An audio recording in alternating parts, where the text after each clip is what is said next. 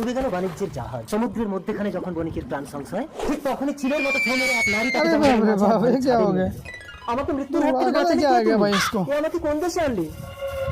अबे বণিক ये ছাদের कहाँ সিঁড়ি लेके দিয়ে आ নিচে गए? নামতে নামতে দেখলো সেই ঘরে अबे 40টি सबका एक অপরূপ সুন্দরী काला, মেয়ে, ये क्या যাদের है? কোনো পুরুষ নেই, অথচ সকলের ডান চোখ अबे কানা। सब लोग भी लेडीज है। বলছি একটা কথা জিজ্ঞাসা করবো? না, আমাদের 40 জন নারীর কোনো পুরুষ নেই, আর আমাদের সকলের ডান চোখ কানা। যেদিন আরে তুমি বাপ রে এই বাপ। জানতে চাইবে, সেদিন তোমার ভয়ঙ্কর বিপদ হবে। अरे बाप रे যত बाप, সব আজগুবি, ডান চোখ কেন কানে জিজ্ঞাসা করলে নাকি আমার বিপদ হবে। আরে বাপ রে বাপ। বলছি তোমাদের সকলের সাবধান, তুমি আমাদের 40 জন নারীর একমাত্র পুরুষ হয়ে সারা জীবন এখানেই থাকো। কিন্তু আরে তোমরা বাপ রে জানতে বাপ, চাও না, আমাদের 40 সকলের ডান চোখ লড়কি। কেন কানা? তাহলে বিপদ। কিন্তু আমাকে জানতেই বিপদ? হবে এদের সকলের ডান চোখ কেন কানা। ও ঘন্টা সুন্দরী, আমাদের সকলের ডান চোখ কেন কানা এটাই জানতে চাও তো? ওই পক্ষীরাজ ঘোড়ার পিঠে গিয়ে ওঠো, ও তোমাকে উড়িয়ে যেখানে নিয়ে যাবে সেখানে গেলে তুমি সব জানতে পারবে। अरे बाप रे बाप।